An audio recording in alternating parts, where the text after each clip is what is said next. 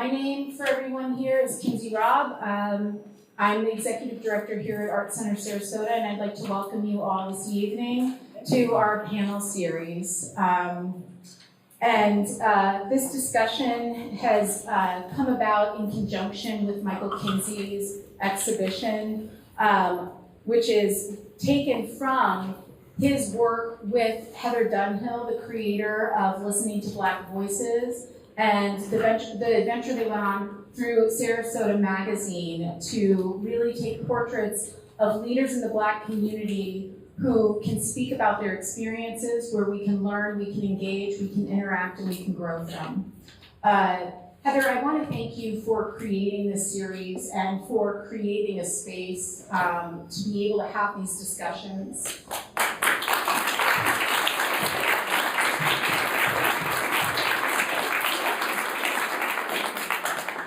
It's impactful, it's ongoing, and it's important. I would also like to say how thankful and honored we are to have our panelists this evening.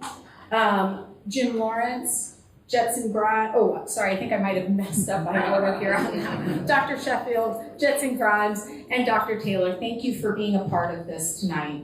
Not only for your contributions to Heather's series, but also for joining us tonight to continue that dialogue. At Art Center Sarasota, our mission is to provide a platform to artists so that they can showcase their work, fostering understanding of the human condition through the universal language of art. Tonight's discussion, coupled with Michael's compelling imagery, embodies this mission. We are grateful to Gulf Coast Community Foundation and the Frank and Elsie Bushroe Charitable Fund for their support, which has brought the Art Center's exhibition and speaker series from concept to reality. We hope that you might be able to join us again tomorrow. We'll have another discussion, a new set of panelists here from 11 a.m. to 1 p.m. And also, if you could all kindly mark your calendars for April 4th, we will have Michael Kinsey returning to the Art Center to give an artist talk to let us in a little bit about the exhibition and his practice as an artist. Also, all of this can be found in your programs if you scan the QR codes and on our website. Before I hand the mic over to Heather, I would like to especially thank our exhibitions director and curator, Christina Burrell.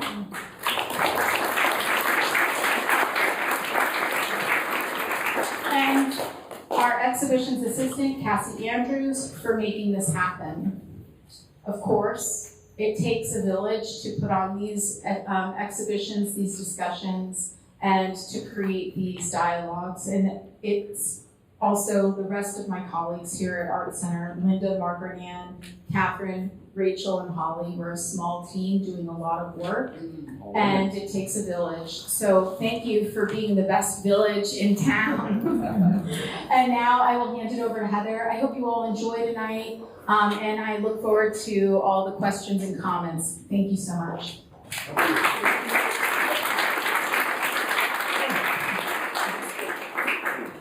Okay, I'm testing out this mic. Everybody hear me okay? Yeah. Great. So, as she said, I'm Heather Dunhill, creator of the Listening to Black Voices series with Sarasota Magazine. And just a quick overview, if you don't already know, some of you have heard this, but this series began after George Floyd's murder. It was the Sunday after when we were all heavy with that moment and what we could do, and well, you all know that heavy moment.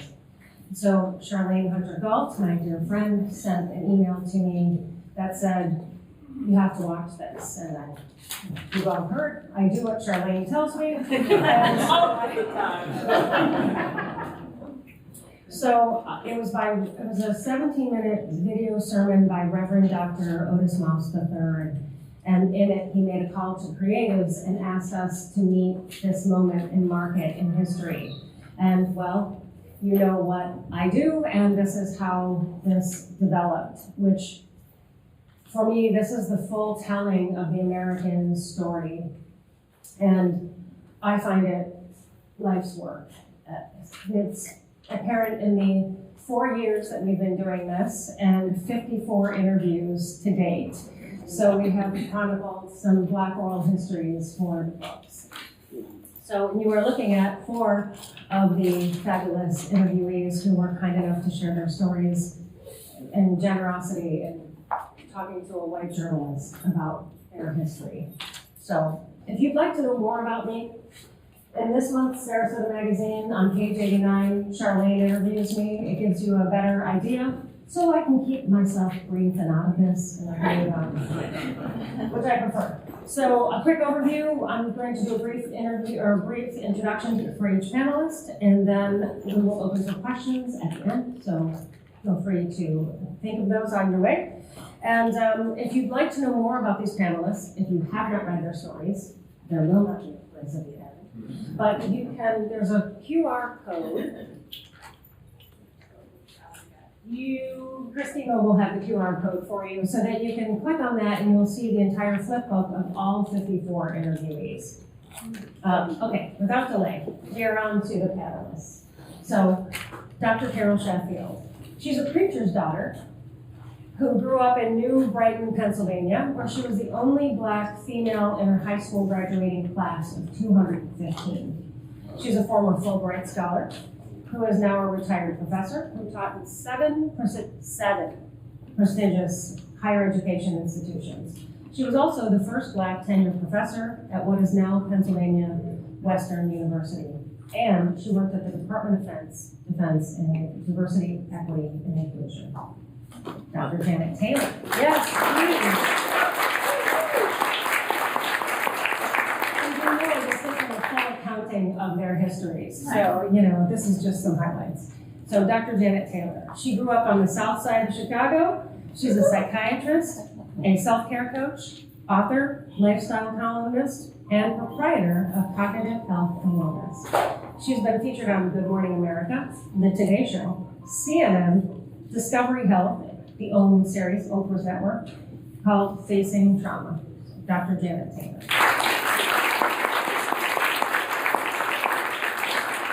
Mr. Jetson Grimes, it's great to see you. Born and raised in Newtown, our lifelong Sarasota.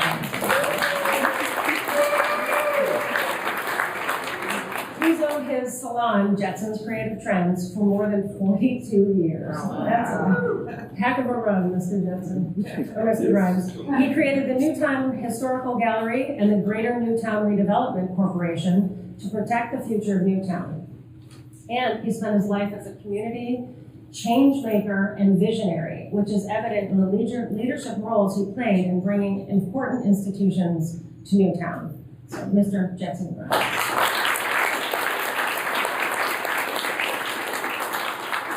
Mr. Jim Lawrence. He grew up in the East Harlem Projects and had served in Vietnam and was the only Black person to graduate from Officer Candidate School. He spent 40 years in New York City law enforcement, including Chief of Personnel, managing HR for the police department's 55,000 employees. On September 11th, his days were easy. On September 11th, he was the highest ranking officer at police headquarters, just blocks from Ground Zero. Wow. Mr. Lawrence watched the buildings come down from the windows of the Operations Center. Mr. Jim Lawrence.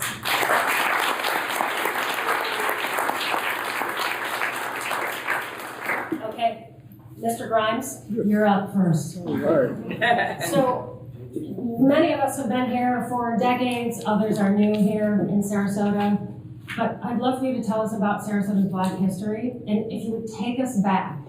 Since you grew up on the streets of Newtown, you watched it thrive, and then you watched a fall from that. So tell us what it looked like.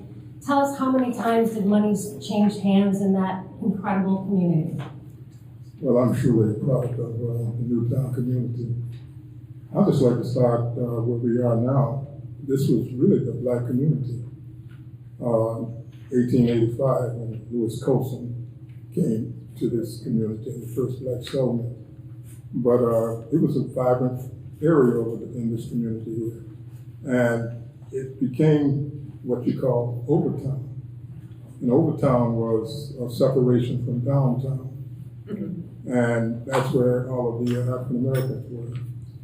And I could remember, the business district during that period, and it was during the late 40s and the early 50s.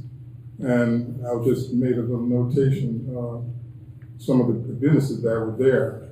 The first settlement, and one of the businesses that was really the Thomas Beauty Parlor. And they were one of the last businesses that was demised from this area over here. And they had two beautiful ladies, two sisters that worked there. And that's where everybody would go and get their hair done. They didn't have many beauty parlors during that period. And then we had kind of moved down the street to the Ace Theater. Ace Theater was the black theater. And the reason why we had an Ace Theater, Florida Theater was downtown. They had the Ritz and the Florida Theater. And black people would be able to go to the Florida Theater, but they had to sit in the balcony. And I think they came to the conclusion that if we give them their own theater, they wouldn't have to come downtown.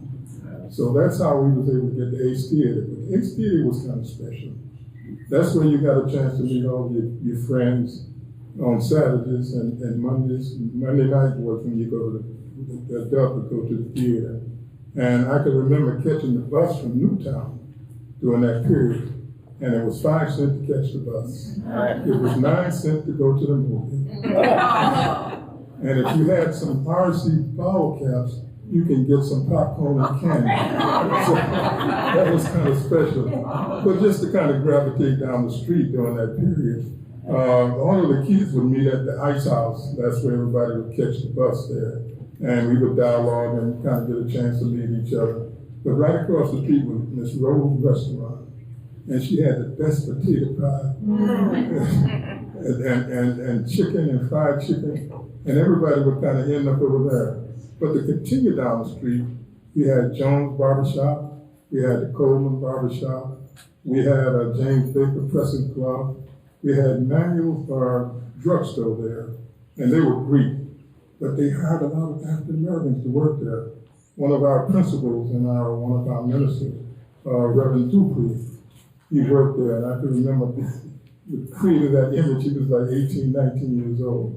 But that was the flavor. And then the two churches they had, Bethlehem and Payne Chapel. And those were the first churches in the black community during that period.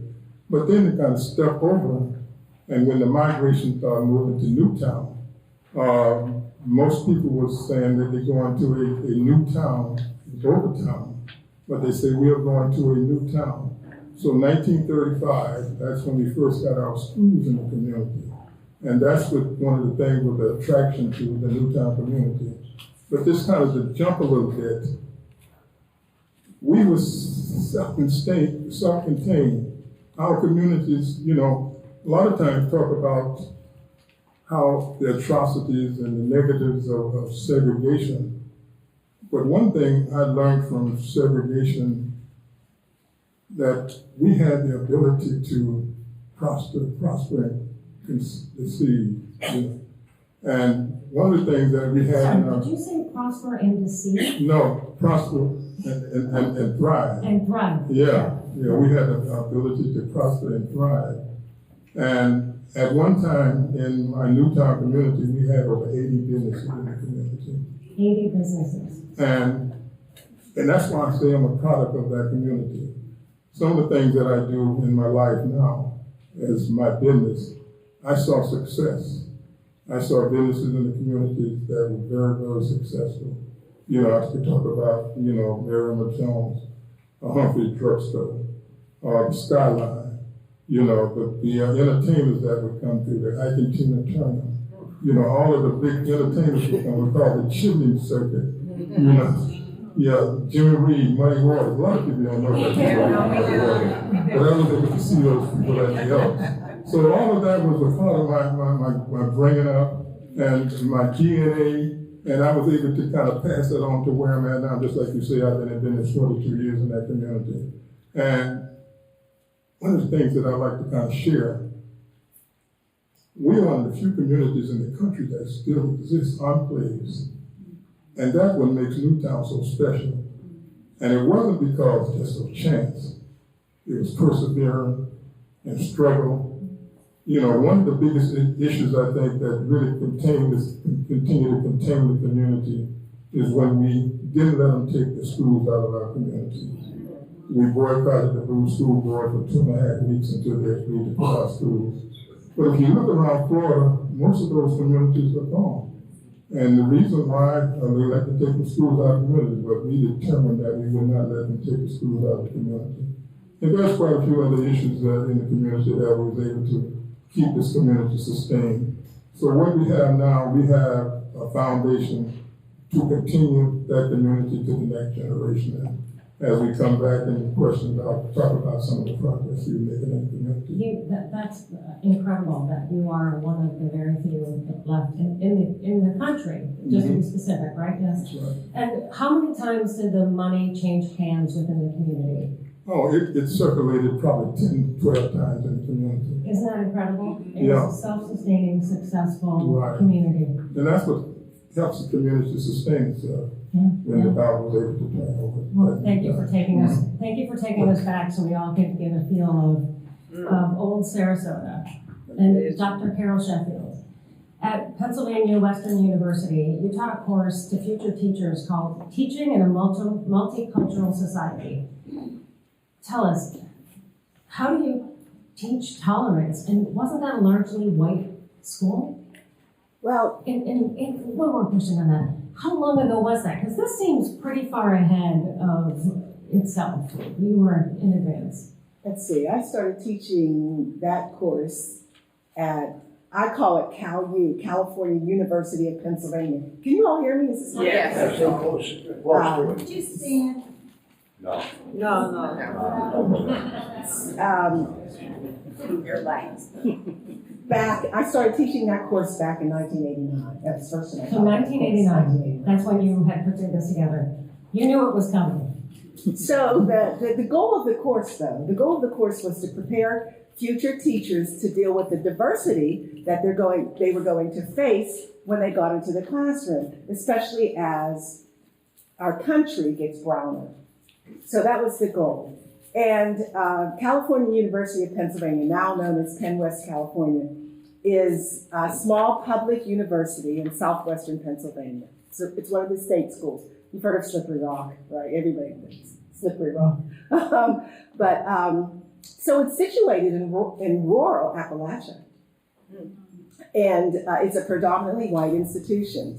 And most of my students came from a radius of about 25 miles. And they had very little experience dealing with people who were different from them. And for most of them, I was their first African-American teacher. So at first, maybe because they had not seen firsthand the prejudice and discrimination that was perpetrated against African Americans and Native Americans and other groups, nor were they taught about racial discrimination in their K-12 schooling. They didn't believe that discrimination and prejudice was a thing. But then, as they learned about events like the Trail of Tears and lynchings and other acts that were perpetuated against people of color, they began to feel guilty and uncomfortable. Now, was that my intention? Of course not. I didn't want them to feel guilty. But sometimes a little discomfort is necessary for growth to occur. But I approached the course in such a way I think that helped them understand. I encouraged them to approach the study of diversity from an academic perspective and with an open mind. I urged them to leave their emotions out as they objectively examine the facts and how those facts might impact students in their classroom. I had to acknowledge their discomfort while at the same time gently move them towards self-awareness and compassion. And so in essence, I was modeling for them what effective teaching was, meeting my students where they were and guiding their learning. And I wanted to get them to become the best teachers that they could be for all children. That could go on. Well, But maybe you won't. I know. So how can teachers incorporate this into their classroom? Okay, so teachers can use what I call culturally responsive teaching. I call that the other CRT, critical race theory. Now, we all know that the critical race theory is not present in K-12 schools and has no place in K-12 schools. We all know that. But what I would encourage my students to do is culturally responsive teaching.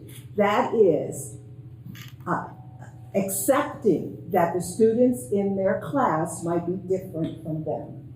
And that regardless of their race, of their ethnicity, of their gender identity, regardless of their socioeconomic status, regardless of those things, that all students deserve to learn and to learn to their potential. And so you can incorporate culturally responsive teaching in a lot of different ways. And of course, that depends on whether you're in elementary school or middle school or high school. But let me just give you a couple of easy examples. And this is controversial, and it shouldn't be. The libraries that teachers have in their classroom. Teachers have to make sure that they have books about Black people, by Black people, about Native Americans and by Native Americans in their classroom. So that's just a simple example. And I'll give you another example. In a math class, you're teaching arithmetic story questions, and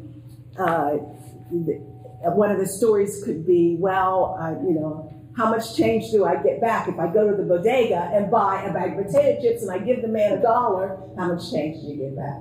So you're embracing others' cultures when you do that. And one last example would be at the high school level, when you're picking the literature for students to read. Now, I don't have anything against Shakespeare, but there are a lot of other classics out there by a lot of different authors. And so just picking books that represent, more representative of this country. I think that's great. And I know we all know teachers who would love to have this information. So please. But I just want to say one more thing. Of course. They like that. And I think this is appropriate for this area. It's so important for school districts to embrace diversity from the top down.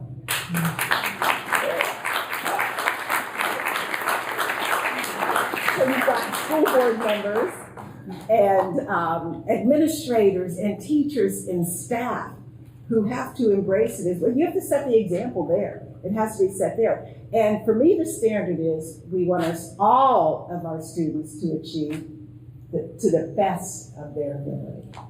Absolutely. Thank you so much for enlightening.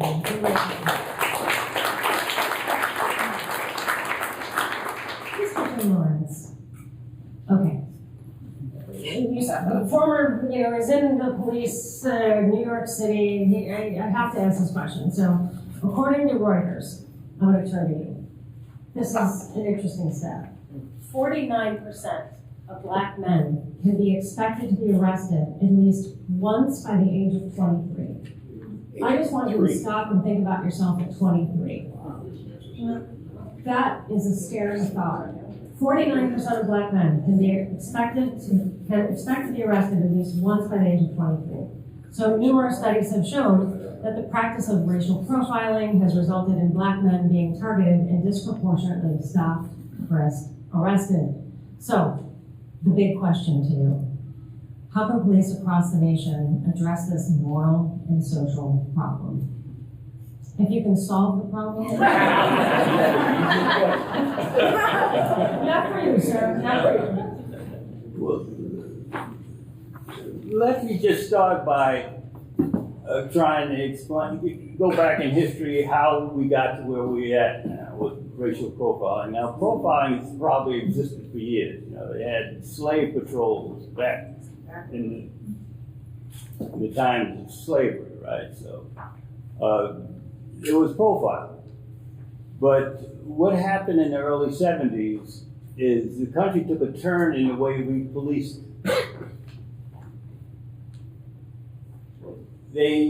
Politicians began to pass laws, right? They began to preach the politics of fear, right? Making people scared in cities. So there was a buildup in police departments. There was a buildup in the drug trade throughout the country, so there were strategies to address the drug trade. And out of that, you know, came really brought to the forefront the fact that the profiling was going on, right? You know, I think the first time when it was identified was the people in the drug trade that would ride 95 from that's the Highway 95 from Florida to New York. So the drug enforcement agency knew that was a route. So what did they do? They started stopping cars along the highways, particularly in New Jersey and in Maryland. And most of the time when they stopped the cars, they would stop people of color, because those were the people involved in the drug trade.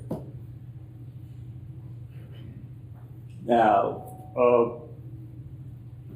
how do you address this? You know, where we are today. Because, you know, if you question most police chiefs throughout the nation, most of them would say their cops don't racially profile. They're enforcing the law, right? But we all know that bias exists in America, right? And just to make a point, if we look at the statistics or the analytics of the people that have stopped and been documented in agencies throughout the country, when you look at blacks that are stopped, the Latinos that are stopped, and whites that are stopped, the percentage of whites that are stopped and charged with a crime is higher than the percentage of blacks and Latinos, right? Now, most people don't know that. They think that blacks and Latinos are committing all the crimes. But that's not necessarily true. But as of June of 2021, blacks have 3.4 times as many higher prison rate than that of their white counterparts in the country. So 3.4. 3.4. So that's what that racial profiling leads to, a high incarceration rate. That's what that change in strategy of policing leads to. Instead of treating drug addiction as a health issue, which it is, which we criminalized it, and we put all the money into law enforcement and prisons instead of putting into health to try to help the people recover from the addiction. Now, how do we deal with the problem on the law enforcement end? The first thing you have to do is start with the leadership of the police department, right? Because the leader of the police department sets the tone. And if we've got most of the leadership believing that racial profile doesn't exist, we're behind the 8 ball already, right? We have to hire a higher caliber of police officers. We have to hire more diversity in our police departments. And we have some police departments that a majority white, and the cops that they've hired they've never had contact with black people. Right? Even in New York City. You know, I was chief of personnel, and our focus was to diversify the police department.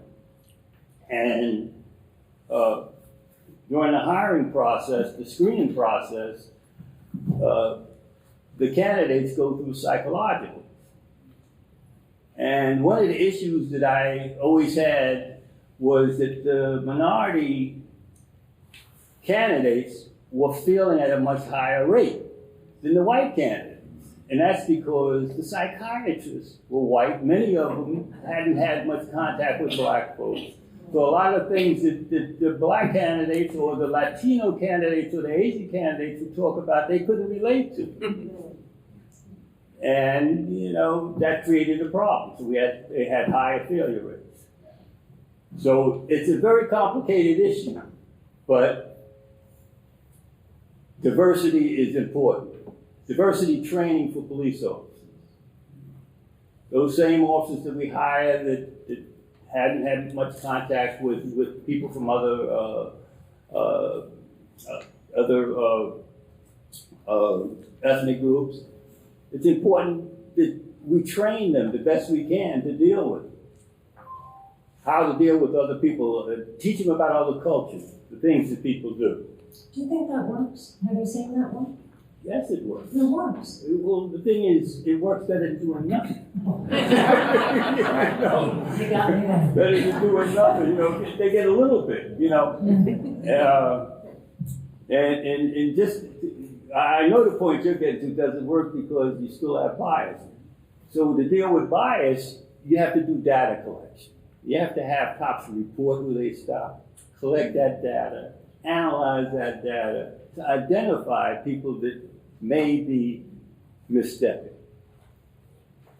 maybe showing bias in the daily activities, right? You might not be able to change their mind, but you can change their behavior by taking disciplinary action against them when needed.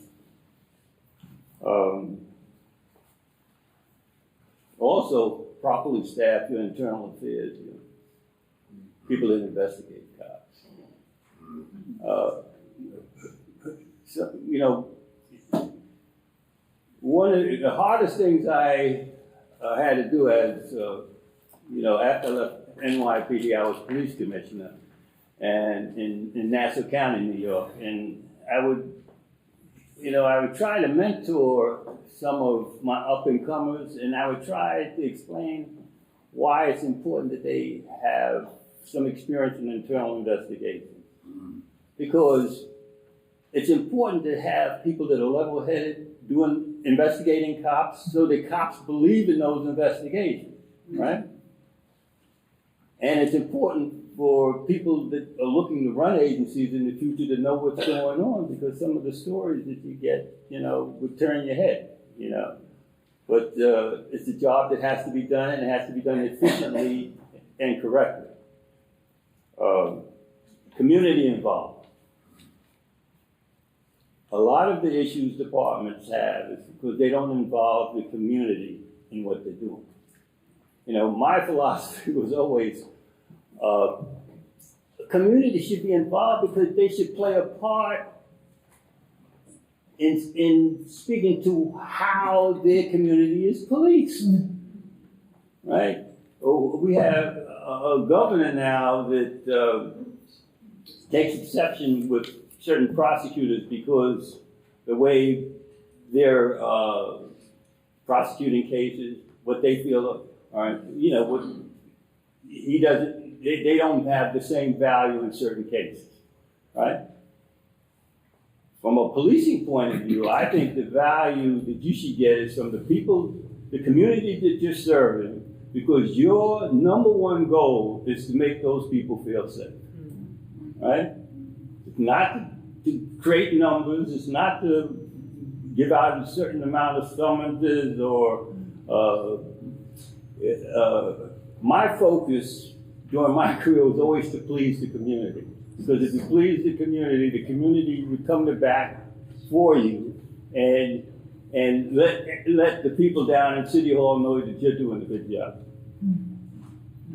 Also, it eases that tension between cops and the community because the community knows what cops are doing and why they're doing it. If you go into a community like an occupational force, how do you think the community is going to react? Right? So I thought it's always important. in Nassau County, when I was police commissioner, I was surprised when I got the job that they didn't have any way of any routine exchange of information with the community. So I had every precinct form a community council, and they met once a month and invited members of the community that were willing to come in and discuss what was going on in the community, to discuss crime rates, and to listen to suggestions. The media plays an important part.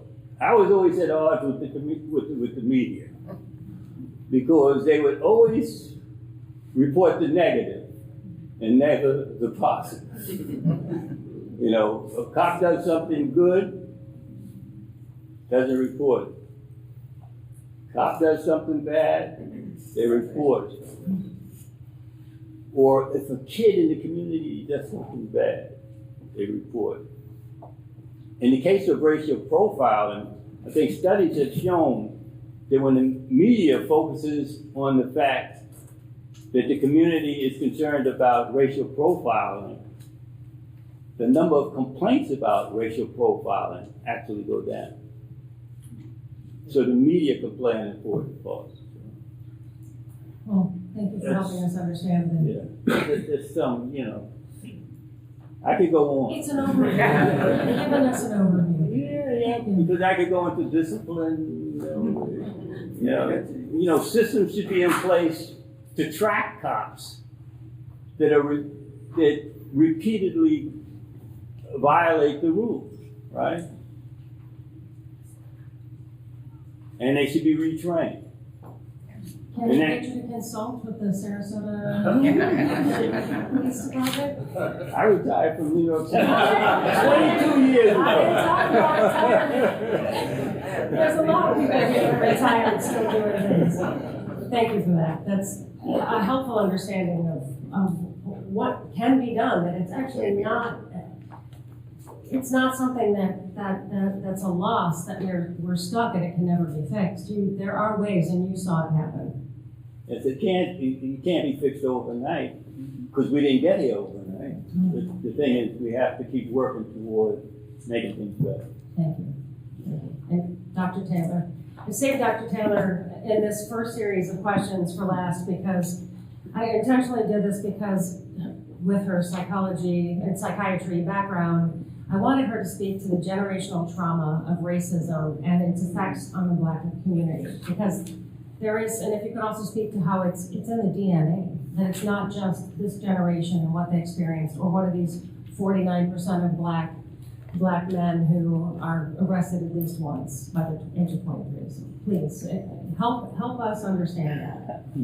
Well, good evening, and thank you for this opportunity. Thank you for being on this panel. Great people. Amazing people in the room, looking around. But, you know, I think before we talk about generational trauma, we have to acknowledge racism and the roots of racism that are uniquely American.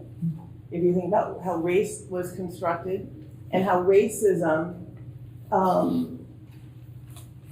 is not only systemic, is evidenced by communities, is evidenced by education, is evidenced by policing and arrest that happens, but how racism is embedded in every system that we have, every single one.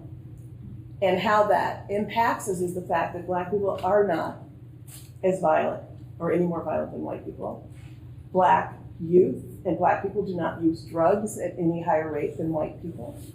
But youth are arrested in some cases 7 times more.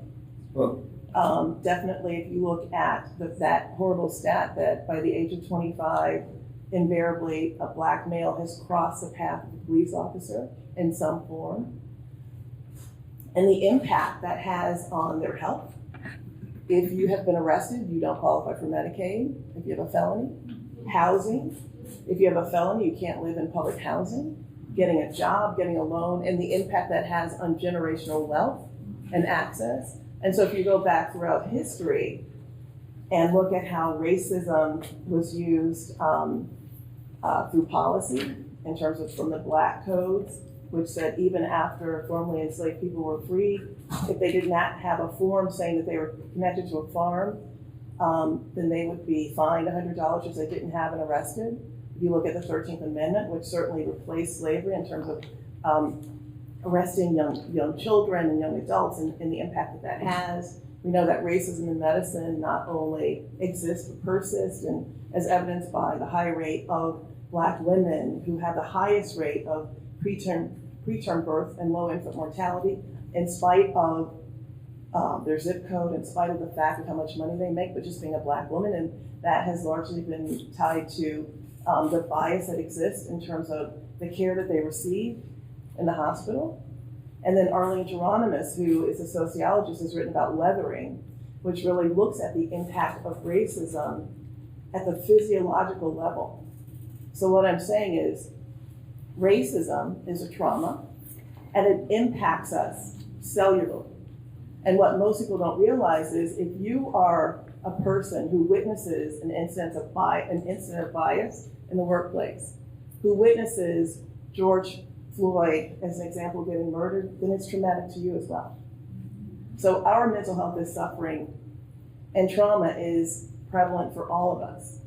And there have been just as many unarmed Black men and women and brown men and women who have been killed by the police unarmed since George Floyd. So, I mean, I've made my living teaching diversity and training, and I'd love to say it works, but it doesn't. It's not working. And now, what we have, we may not have where you can't go to say movie theater, but there's an anti-Blackness revolution in this country that we all have to take responsibility for and end it, because it's going to impact all of us. So if you want to talk about in our DNA, the 8% of Africans who survived the Middle Passage, 8%, their DNA was strong. And since we're all African, because we came from Lucy, who was the first person, then our DNA is strong. But there's no question that trauma can be passed down, and it's multi-generational. But, as Thich Nhat Hanh, the Buddhist monk and writer, says, if we can inherit the color of our eyes, the way we walk, our hair color, then we also inherit the strength of our ancestors. So, yes, we have generational trauma, but there are also systems that reinforce it. And until we continue to look at them square in the face and, frankly, vote for policies that promote freedom, that promote equity, that promote inclusion, then we are dooming this country. So, in my field in psychiatry, there's no question that I see the results of, I worked at Rikers, Mr. Lawrence and I were talking about that, worked at Harlem Hospital for 12 years. And my whole career I spent working in under-resourced communities. And there's no question that racism is destructive and cuts short our life, as evidenced by the fact that now I think it's Hispanic women who have a shorter lifetime, but we have, Black people, brown people, we die earlier than we should. And that's primarily because of a lack of resources and inconsistent resources, and then the trauma of day-to-day facing what feels like an invisible force that is real. And then we don't have enough therapists who, and you don't have to be Black or brown to treat somebody as Black or brown, but to your point, you need to be able to understand, right? And if you don't understand it, allow people to teach you. What is it like? When I worked in Harlem, I don't know how many of you know New York, but I live in Westchester in Chappaqua, so I drive to work, right? And my patients, were you from Chappaqua? I'm from Westchester. Okay, Westchester. So my patients would say, Doc, you don't know me, you don't know my life, I saw you drive it, here, and I'd say, tell me, teach me. And then my neighbors in Chappaqua would say, how can you work in Harlem? And I'd say, you don't understand. I have a better chance of somebody saying hello and having I say in Harlem than I do here. Where people would slam the door in your face, Dunkin' Donuts, right? And so I think this impression of the character of people based on the color of their skin and the quality of people based on the colors of their skin is something that we all have to individually challenge. There's no question we're all biased. If you have a brain, you're biased. But we need to extend ourselves to other people, to listen and read the stories of other people here, and to really challenge yourself when you find yourself with a negative attitude or idea about somebody you don't even know just because of how they look. And just like say, how are you doing? Tell me your story. And that's what changes our brain.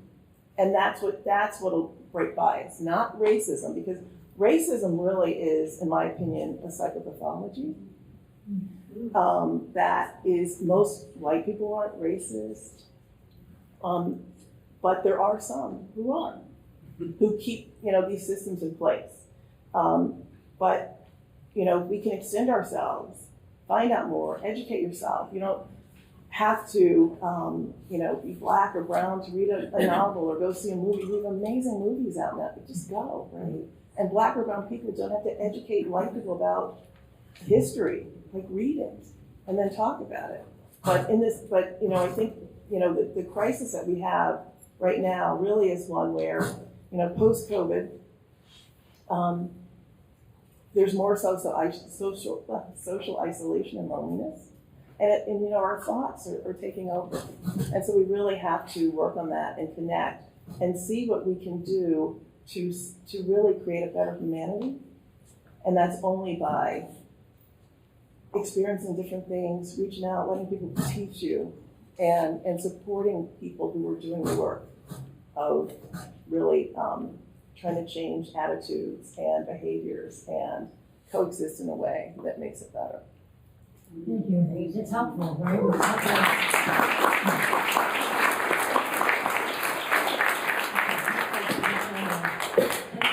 helpful. Dr. Sheffield has unbelievably some incredible story about racism and the emotional costs on your family. Your great-grandfather. Would you mind telling that story for them? I don't mind at all. My grandfather, my father's father was lynched. Lynched? It was 1915 in Lake Park, Georgia. Is this not on? It is. In Lake Park. Maybe just hold it closer. Yeah. Okay. in Lake Park, Georgia, my grandfather was arrested and accused of stealing meat from a smokehouse in Georgia, in Lake Park. And he was put in jail. And that night, in the middle of the night, a mob came and got him out of the jail, shot him, and left him in a field to die, and he was discovered the next morning. As typical of incidences of lynching, and people think lynching is hanging. Let me just clear that up right now. People think lynching is hanging. Right. Lynching really is when a mob takes the law into their own hands. And in most cases, lynching refers to African American men and women. So, as the case when most lynchings occur, the family scatters. So there's no record of the family once that lynching occurs. So it's gotten to the place where most people cannot trace, if they could ever trace their ancestry. They can't after a lynching because everybody's gone. My father was 11 at the time, and he and his mother, my grandmother, fled to Florida, to Winter Park, Florida. He was found the next time we find my father is the 1930 census in Winter Park, Florida. That was 15 years later. 15 years later. Yeah. And would you explain why your father was accused of stealing the meat? Well, there's the story that was on the front page of the Valdosta Times, and there's the story that is oral history in our family. And the story that is oral history in our family is that my father came to the United States as an assistant to an architect He came from Sheffield, England, hence the name Sheffield that we have. He came from Sheffield, England. He had built his house, a fine house, that an architect's assistant would know how to do. And a white person in Lake Park, Georgia, wanted that house. And when he wouldn't give them that house, they then put him in jail under this concocted story about stealing meat from a smokehouse. And so, and he was an apprentice or an assistant to an architect. An apprentice to an architect. And he knew what he probably knew. What He knew was how to doing. build a house. Well, he probably knew what he was doing when he said no. He probably knew what the consequences were of saying no to white people who want his house. Sure, probably. And who Not knows? that you know for sure. Yeah, you could not know for sure. You could not know for sure. And if you want, it's yours, you want it. You want to keep it, and sometimes consequences be damned. This is my home. I'm not giving my home up for anybody. Mr. Lawrence, how about you? Have you ever contemplated the emotional effects of racism on you? I want to ask you all the easy questions. Well, you spoke about me being an officer's candidate in school, right? And one thing that always comes to mind, the class actually started, I think there were 5 of us in the class. When we finished, I was the only one, but I always remember that there was a fellow from Tennessee, right? And I had sort of befriended the guy, right? He seemed like all right guy. He said, Jim, my parents told me that black people have tails. And I believed this kid. I don't think he was being malicious, but Did he want to touch yours? We had a community shower, so he knew I didn't have a All the housing stores.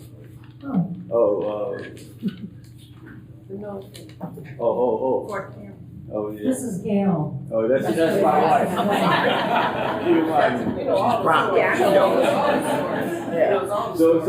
So after I graduated from OCS, I received orders for Fort Campbell, Kentucky. So I drove out to Fort Campbell, and when I reported to the base, they told me they didn't have any room in the BOQ. Right? And what was your rank? I was a second lieutenant. And BOQ means? It's Bachelor Officers Quarters. In other words, you're an officer, so you don't go to a regular barracks. You have to. So they said, well, you'll have to find somewhere else to stay.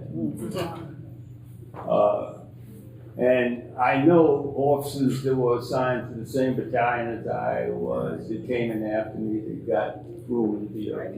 Right. Anyway, it's this kid from New York. I'm in Kentucky. Never been to Kentucky before. What do I do? So the closest town going north was Hopkinsville, Kentucky. So I drove to Hopkinsville, Kentucky, and looked for the largest Baptist church I could find. Knocked on the door and asked to speak to the pastor. He made one phone call, and I had a place to stay. So, The power of the black church. yes. Yes. Yeah. What year was this? That was in 67. 68. 1968. Now, did you stay at this location for the entire time you were in this? Well, I was there for a year before I went to Vietnam. I see. So while you were staying with And the thing is, he put me with a woman that she treated me like I was her son. So better for you. I bet you got better meals. I had Sunday dinner every Sunday. Bachelor's quarter. Yeah, Christmas morning, so Wednesday. Okay, Mr. Grimes, I'd like to know your thoughts on that, if you've ever contemplated the emotional cost of racism on your family. I've experienced it with myself. I don't have to come about family. I'd like to share one of the stories that when I was in school in Jacksonville, and my friend and I, we were coming home off a break from school, and we was on the trailway bus, and it was 61. I think the civil rights movement had just started, and we sat on the second seat. And when the bus driver came to the bus, he saw us sitting on the second seat, and he said, "Hey, you boys, you know you can't sit there." So we didn't move. He said, "Well, I told you, I gave you an order to move to the back." And we said, "We're not going to move." So he said, "Well, I'll make sure you move." So when he left the bus, we figured he was going to get the police. So when he came back, he had his manager. And his manager came and said, he was much nicer than the bus driver. Yeah. He said, "Well, you know, this is not proper. You know, we want you to move to the back." So we said, "We're not going to move." So the bus driver looked at him and said, "If them black people," he used the N word, "I'm not going to drive this bus." He walked off the bus and left. So about a half an hour, they had to go find a substitute driver. This is the reward that we had. The substitute driver came and he didn't know the route from Jacksonville. So he had to ask us to sit behind him. We moved from the second seat to the first seat. So I think we kind of won that battle. Hey, well done, you. No, you know, it's the irony, it's a great story, but I think the reality is, if you're Black in America, you've probably forgotten more racist things that have happened to you than you remember. And they still continue. As you were talking, I was born in Chicago, but grew up in Kentucky. And the reason I was born in Chicago, my father in 1960 was the first Black student to graduate from the University of Kentucky School of Pharmacy, but nobody would hire him. During his class, nobody would hire him, so we moved to Chicago.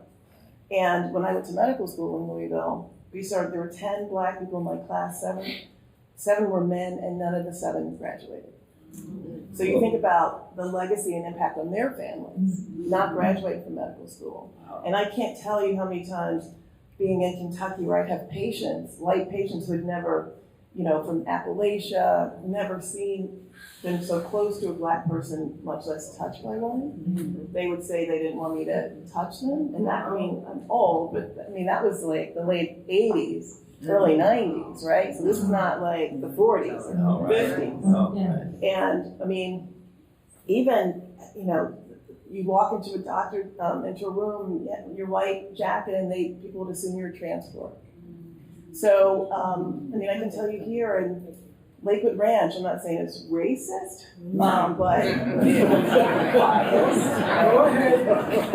but I remember I was going to my health club in Lakewood Ranch, and I had my fob. This white couple in front of me she was like, "Do you have your fob?" He was like, "No." "Do you have your fob?" "No." I had the fob. I let them in with my fob. When I get to the front, they stop me and ask me if I had my fob. And I had to practice every self-care technique I had. Yes. And I asked for the manager and it throws your day off, right? I went to work out. And so definitely, you have to keep proving yourself in these spaces. Well, yeah, and it's not even proving. I know who I am. I'm not proving myself. But you have to choose what you respond to and how you're going to respond to it. So it's not please. What Dr. Taylor just described was racial profiling by proxy. And you see it all over the country. You see there was an incident in Central Park where a woman was walking a dog and there was a Black fellow walking the dog and she bird watching. Whatever. Right. And she actually called the police on it. Now, eventually, she was arrested. She told him what she was going to say on the video. Yeah. And I think there was a case in Philadelphia where there were 2 gentlemen waiting for a business associate in a Starbucks. And the manager asked him to leave because, another patron made some kind of accusation about them. Right. And they actually lost the lawsuit. They sued Starbucks. But that's happening more. It's being publicized more. It's probably always happened. Can you describe racial profiling by proxy a little bit? Well, when we talk about racial profiling, we're talking about people in law enforcement targeting people because of their race, ethnicity, or religious practices. So that's someone other than law enforcement doing it, and then calling law enforcement to enforce their proxy. I mean, the research shows that even police officers and teachers see black skin as a weapon. And even teachers, when they see a young black boy who could be 5 or 6, in their mind, he's 10 or 12. And so, I mean, that's part of how the brain works, right? But we have that opportunity to break up those patterns and associations that happen by challenging them and paying attention to the facts. As we're on the law, I'm sure all of the black people in the room know this. I don't know how many of the white people know this, but we do not have anti-lynching legislation. And can you explain why? Does anybody have some thoughts on why? Anybody have some thoughts on? We don't have lynching stats. We don't have stats on how many unarmed people get killed by the police today. So to solve a problem, we need to be able to quantify the problem. And then who's in charge of defining what the problem is? Heather, can you restate what you asked them to respond to? Oh, we don't have an anti-lynching legislation anymore. Does anyone have a reason why? Do you mean we in Florida? Pardon me? In the United States. Yeah. So many white people want to be supportive of communities of color, but they're afraid they'll get it wrong. What do you say to that? Anybody? Say that again? Dr. Sheffield. Ask. Just ask. Yes, many white people want to be supportive to the communities of color, but they're afraid they'll get it wrong. And that stifles anyone's movement or any efforts. And I wanted to know what the panelists would say to them. And please, could you repeat that? Sure. My answer was ask. Just ask. In some sense, I get it, that there's a fear of wanting to help but not knowing how to help. And I am amazed at the opportunities that there are in Sarasota for everybody to be involved in fighting the things that are going on across this state as a result of our governor and others. But I think the best way is to ask and to get involved. We need allies, definitely need allies. If I may piggyback on that, the last question I ask in my interviews is, what would you like your white friends or acquaintances to be doing? I ask it of every single interview, and I ask it because not only do I want to know, but I ask it for you too, for the white people in the room, for these type of white people who want to do something, you want to be supportive, you want to show up. So I just realized where the QR code is. When you walk up this ramp on your left-hand side, you'll see a QR code there. If you don't know how to use these, you put your phone up to it, and you'll see you'll see a square and a little yellow bar. You just click on that, and it'll take you straight to the flipbook. I swear this isn't a promotion of the flipbook. What it is a promotion of you going and seeing 54 options of what you can do, because every single interviewee, including these 4, answer that and tell you what you can do. And it's important. So I ask so you don't have to. Well, I know Dr. Sheffield's very generous in saying ask, but most Black people don't want to be asked, they're tired of being asked. So I'm asking for you. So Can we just acknowledge how many white people are here today? I know. And I think there are, I think it is a matter of finding what, with the Community Foundation, Felice and Charles are here on the Community Foundation of Sarasota with me. There are programs that are working, and we just notice what's working and support it. But I think it's not a matter of being so overwhelmed that you don't realize that we have an obligation to lift people up in the community, and it's happening. 75% of our conscious thoughts are negative, so we tend to get overwhelmed by like what we can't do. There are things that we can do, but we need to pay attention and see what's working. And if it's a matter of starting something, doing it. If it's supporting something that's already existing, do that as well. I just like to ask how many people in here, white or even black, have been to my community of Newtown? I don't. That is an excellent question. That deserves some. I think it's right. That is a lot of That makes such fantastic. And the reason why I ask that, I think so many of us have the perception, a negative perception of our inner city communities. And one of the things I feel very, very proud of in my Newtown community, all the perceptions that you have is not true. It's a good community.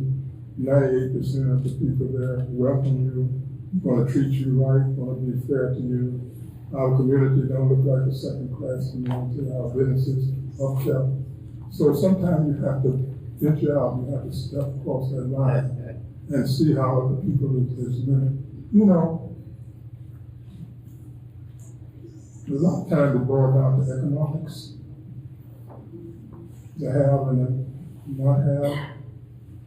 The average income in my community is $13,000. Wow. Now, to stay in our community to where it is now with that lack of economics is very, very special to me.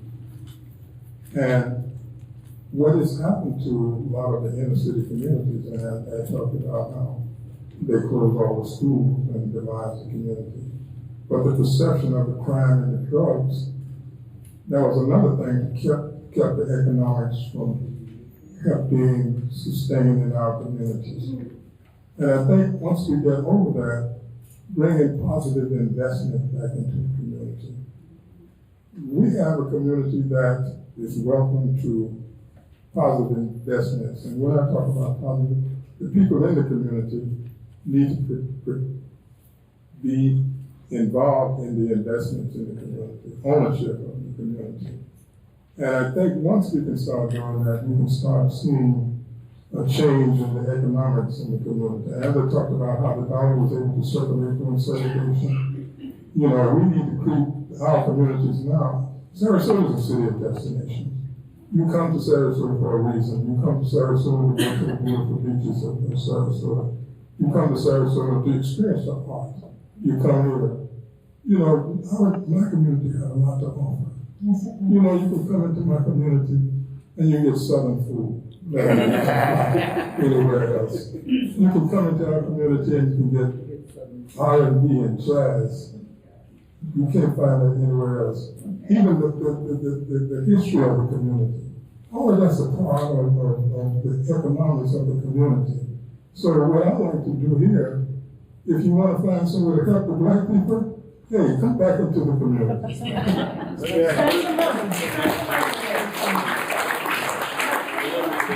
I knew you haven't started the Q&A from the audience, right? You're in the front row. So. Well, I'm in the front row, right? Brother Krantz. Yes. You're saying you want black people to participate economically and financially in, say your case, in Newtown. It takes money to do that, brother. Where's the money? How do you turn a good notion, a very solid idea, into something that's plausible and feasible and people can jump on it? I have no problem with economic diversity. I have no problem with economic diversity.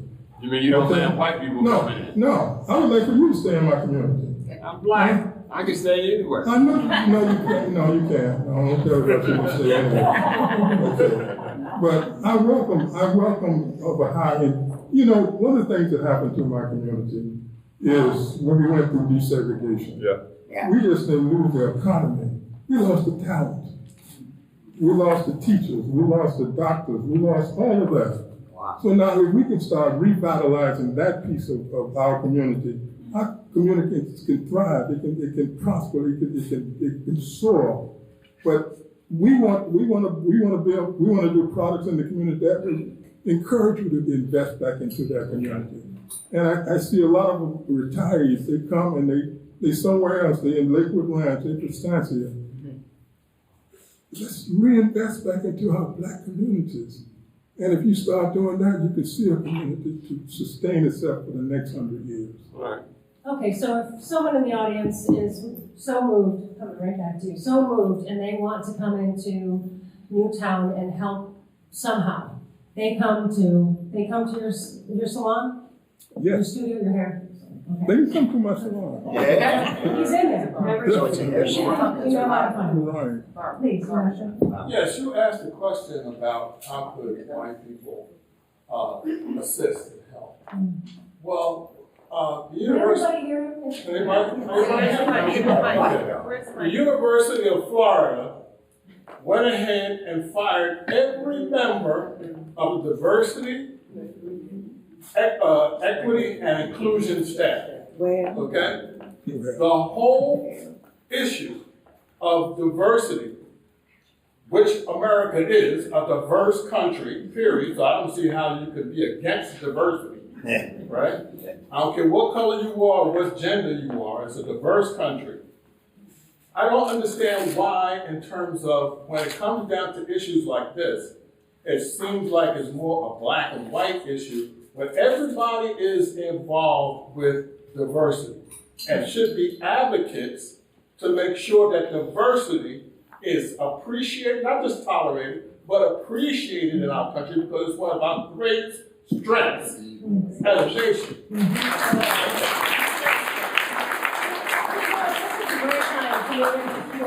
I do have one final question before we all go. So just quick for the panelists, but this is a great time. Hey, Christina, Kinsey, Christina, do we have one more mic to pass around? No, but I'll grab one, and if they don't mind, if you guys don't mind sharing, I can, Do you mind if Mr. Lawrence, if I can borrow yours? I'll run it through. Okay, all right. And so, sir, there's a gentleman in the back with his hand up, so, hey, we're in Q&A.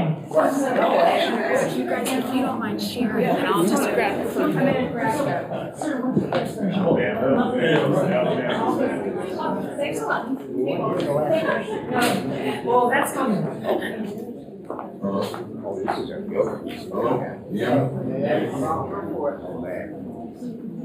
Hey, I had one of those tale stories 50 years ago. I thought I was the only one, my man. Thank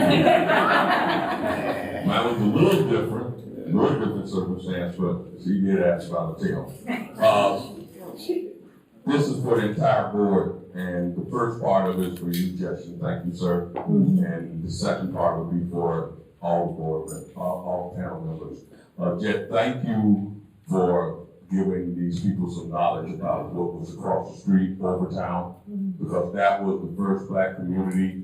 It started from across the street, went all the way over to Orange Avenue, from 3rd Street, which is now Fruitville, all the way up to 10th Street. That was the original black community. Thank you, Jet, for letting these people know about that. But I would like to have the entire panel, if they can, say something about what integration did to where you guys came from. Jet, you can address to what it did to this community, I know. But those other panel members being from somewhere else, mainly from north of Florida state line, probably had a different experience with it. Thank you.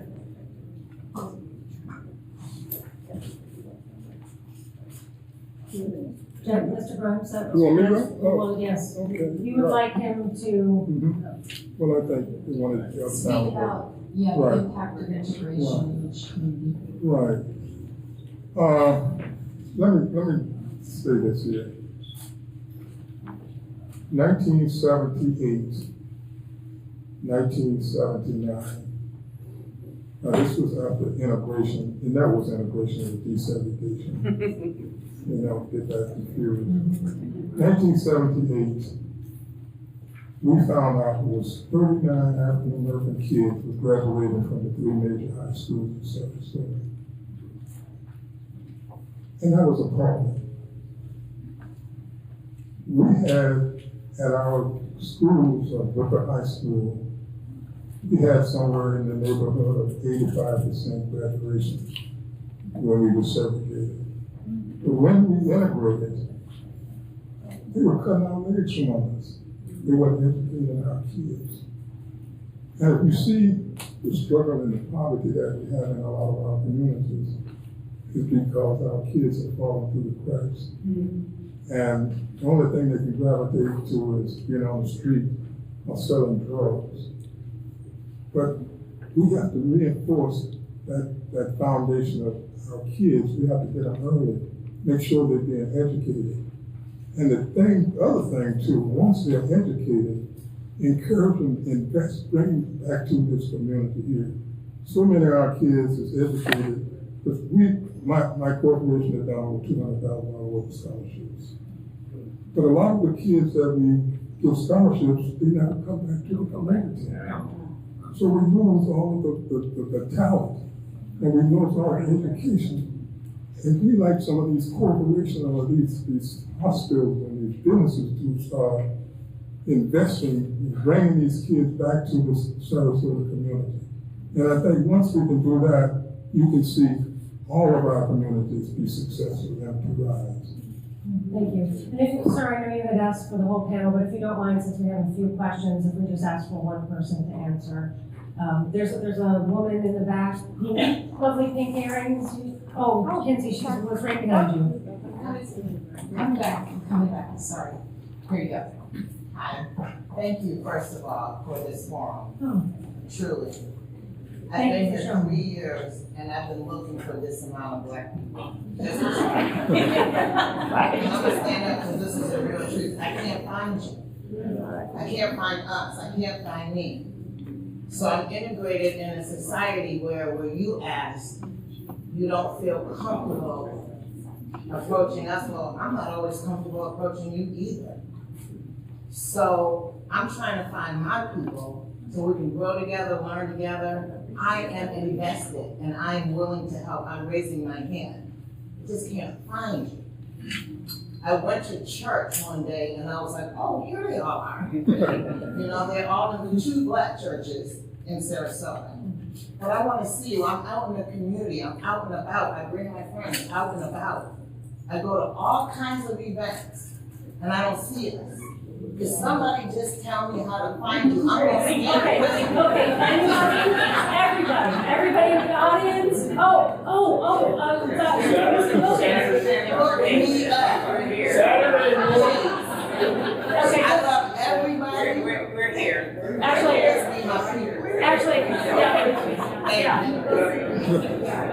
Young lady, I'm sorry, can I just, young lady? Mr. Wilkins?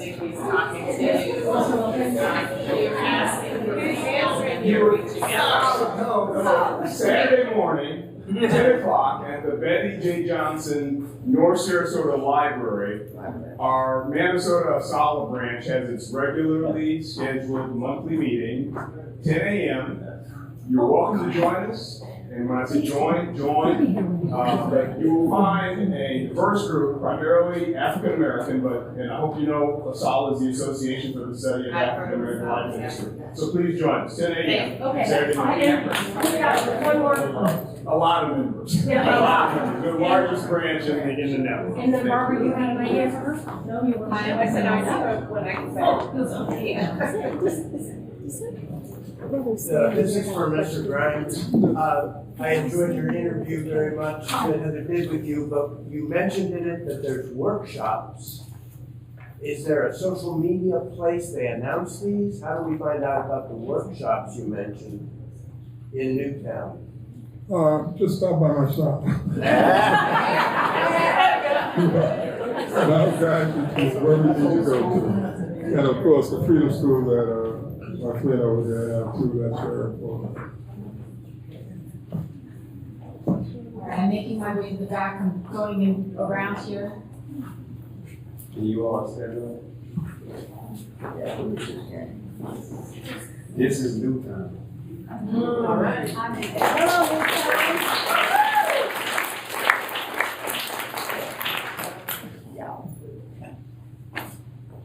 We need help in Newtown.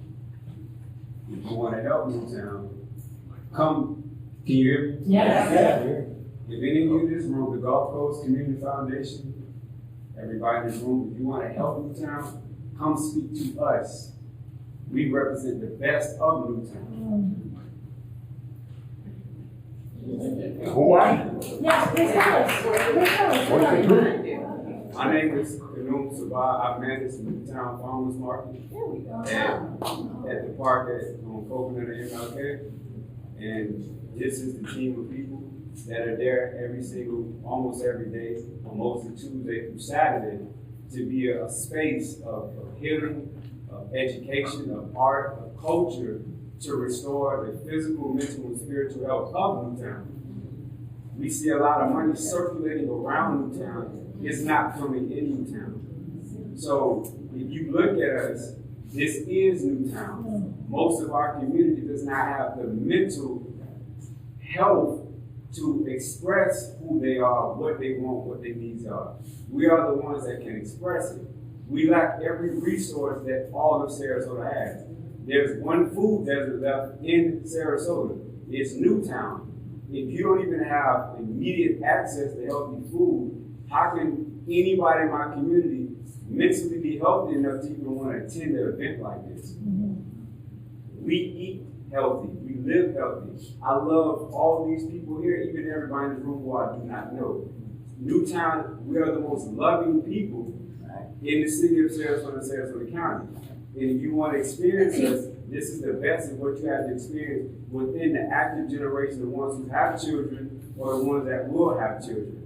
So if you want to help Newtown, speak to us before you leave.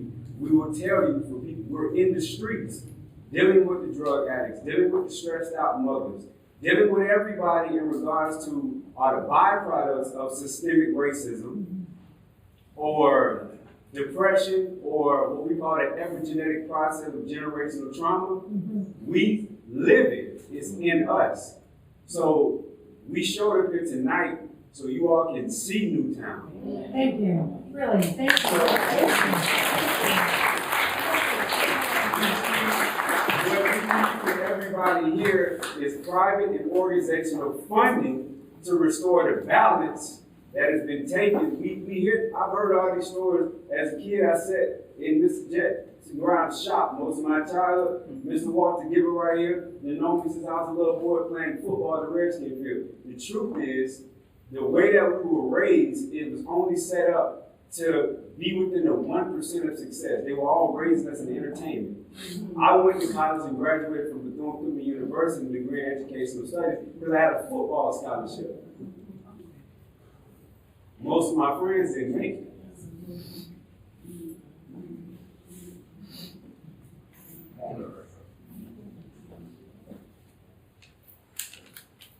Take your time.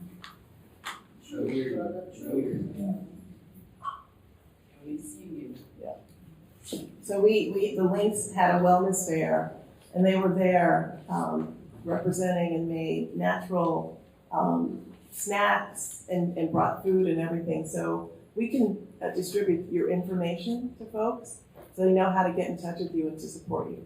Oh, nice. Okay. Thank you for coming.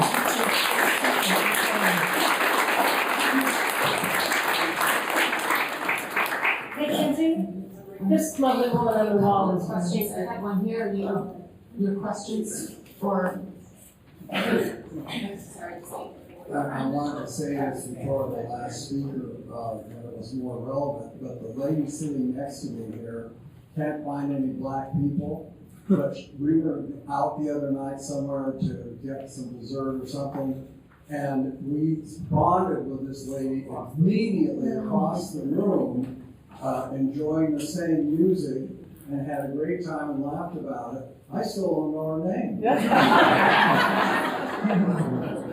So I think you get out there and Bond will try and meet with you and have a good time. Thank you. Excuse me, thanks for being patient. Good evening. I really appreciate each of the panelists who are up there. I have a comment and 2 questions. My first comment is, as a Black person, hearing your stories, hearing the stories of each of you, reliving is almost like reliving my own experience, which is traumatizing in and of itself. And I would imagine that every single person of color, every person who's been marginalized, relives that trauma, however old you are.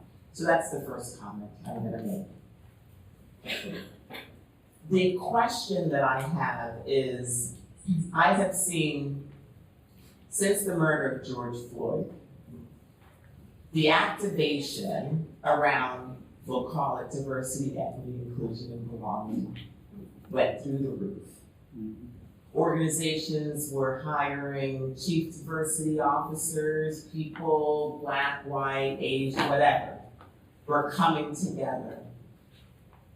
4 years later, right, those same chief diversity officers are being fired.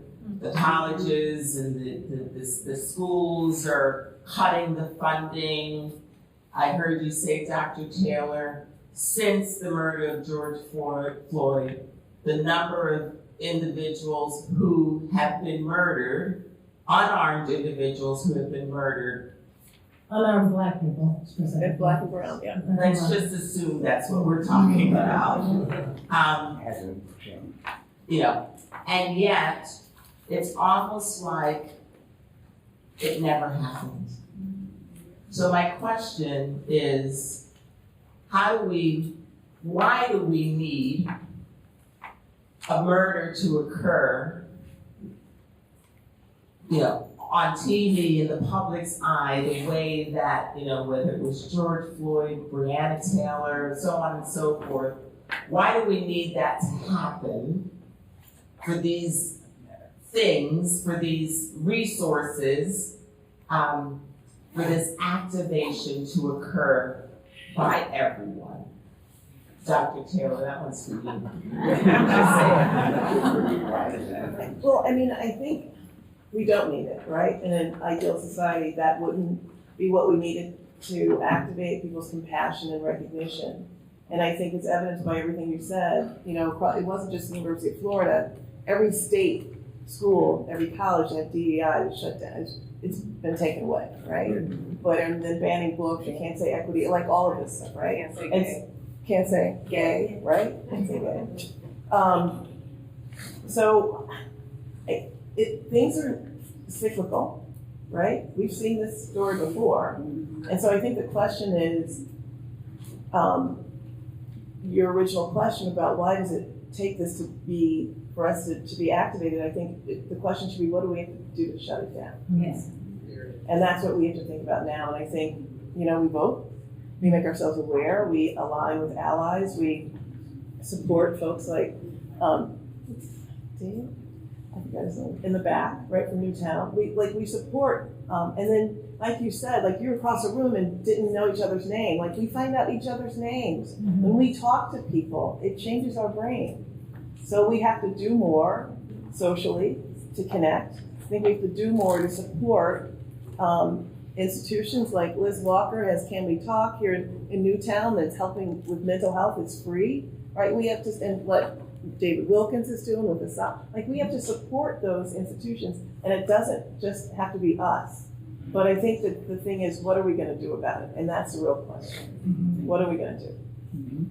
Thank you. Thanks for that question, too. And are there any other questions? If not, then I have one last call for everybody. Okay. You got a question, right? Oh, yeah, but I do not want you to go on. Oh, you want me to? Come back. I've got a question and I also want to. Okay, great, all right. And then we'll answer my question, whatever it is. I've been going to these events, and this is a better turnout than usual in terms of mixing. But I have yet to be in a black person's home. I have 15 years as a snowbird. I'm not in too many white people's homes either, but there's no blacks. Okay. So would I like to be? Some social Okay, skills. so what I want to say, I want to tell you, I don't know, some of you probably know what the Leonard Reed House, which is just open, Martin Luther King and Orange. And I went to them to a wonderful event called this Justice Social, not social justice, it's justice social. I thought that was cool, to socialize for justice. And I talked to them, and I'm going to be doing a program. And the reason I'm telling you about it is because Melodia, their programmer, inserted a whole black dimension into what I do in a video salon. So I think we're going to be able to do kind of both. My stuff, which is about Heroes for Our Time, general principles, spiritual principles. But then we're going to talk to Ricky Oldham and Fred Aikens and the grand dames of Newtown, the third one. Whoa, who's that? The women who either grew up here or came here and have established themselves now and are important in the community and have power and money and connections. And we're going to talk to them about their history. And we don't know what the video are going to do with that. But I'm just telling you that's an example. I'm really thrilled at the trying to get further with this. We want to do this. You can feel it. That we want to come together And is as a there community. any this organization that if they want to look it up? Can No, Leonard Reed House, yeah. And there's a program, the first one's on April 10th, Wednesday evening. So I'm promoting it because I'm so amazed myself how wonderful it is, the outreach from the black side to, whoa, yeah, let's do it. So I'm thrilled. So come, and let's do more. Is it your organization?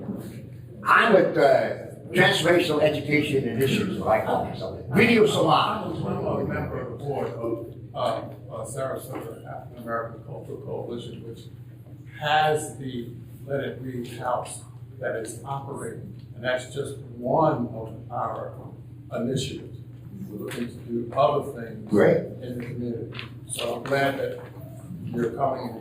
Good, let's do it. Let's do more. I said I was thrilled. It's right behind you. Is it all right if I ask one Of question? course, of course. Sorry, just to kind of, one thing I really, listening is one thing, reading another, getting to have insight to all of everybody on the panel, but everybody that you've interviewed, Heather, and everyone who's been photographed by Michael. I wanted to ask the question, and I'm coming kind of from the visual arts perspective on this. What did it mean to you to see your image in a widely distributed magazine here in Sarasota with your story? And I know that we can't have every portrait at the Art Center. I wish we could do, maybe we'll do it again. But we had a start on this and we can continue to work on this, but I do want to know, what does it feel like also to see that in a gallery out of a different context? Does it resonate differently when you see your image alongside a story? So I think that would have to be a quick answer from everybody because I know we're coming close to our First of all, just to know that black people lives here in Sarasota. I've been in business for 42 years, and I've had people that come to Sarasota, they come down every year, and they never knew it was a black community in Sarasota. But to be exposed throughout the city of Sarasota, just like that photograph, they know black people is in Sarasota and black people are doing accomplishing things in Sarasota. So that's very important because sometimes you can come to Sarasota. Sarasota is very polarized. It really is. And you don't want to say it's segregated, but it's polarized. And until we start coming together with each other, it's going to be better for all of us. I'm hoping this is a good start. So last question, and then we'll say good night. I would like to end on an uplift. Please tell me what you love about being black. Tell us. Good question. I grew up in,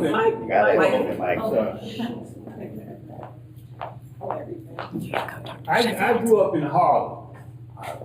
And I tell people I grew up in Harlem, and they say, oh, I loved it. I'm like, Jeff was talking about going to the movies. Yeah, I remember going to 125th Street to the RKO and the Lowe's Theater every Saturday, or the Renaissance Theater, which is an historic theater where the Renaissance basketball team used to play. Yeah, the Rennies. Yeah. And I always felt safe because it was a community.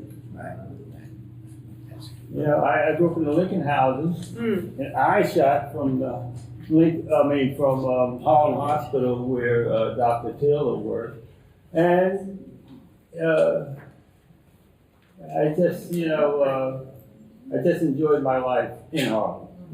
Very nice. Dr. Sheffield? Thank you. What's not to like?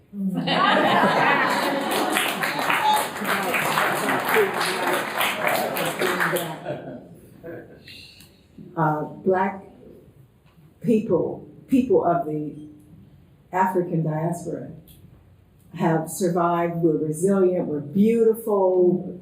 I could go on and on and on, but what's not to like?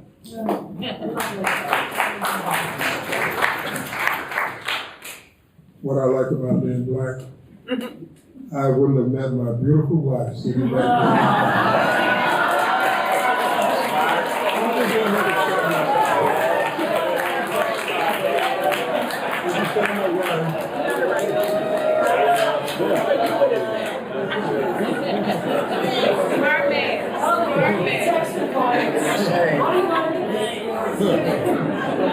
That's it, huh? Okay. There she is.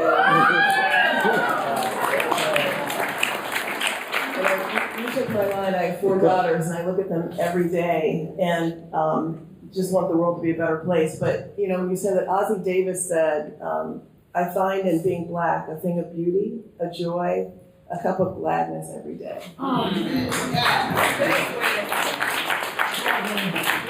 Well, first, much gratitude and thanks to the panelists for your time coming here. This is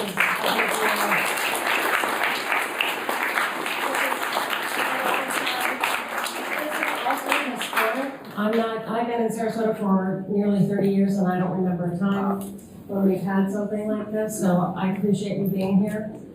And I hope it was meaningful, and I hope it was meaningful for you. It was. I really do. Thank you.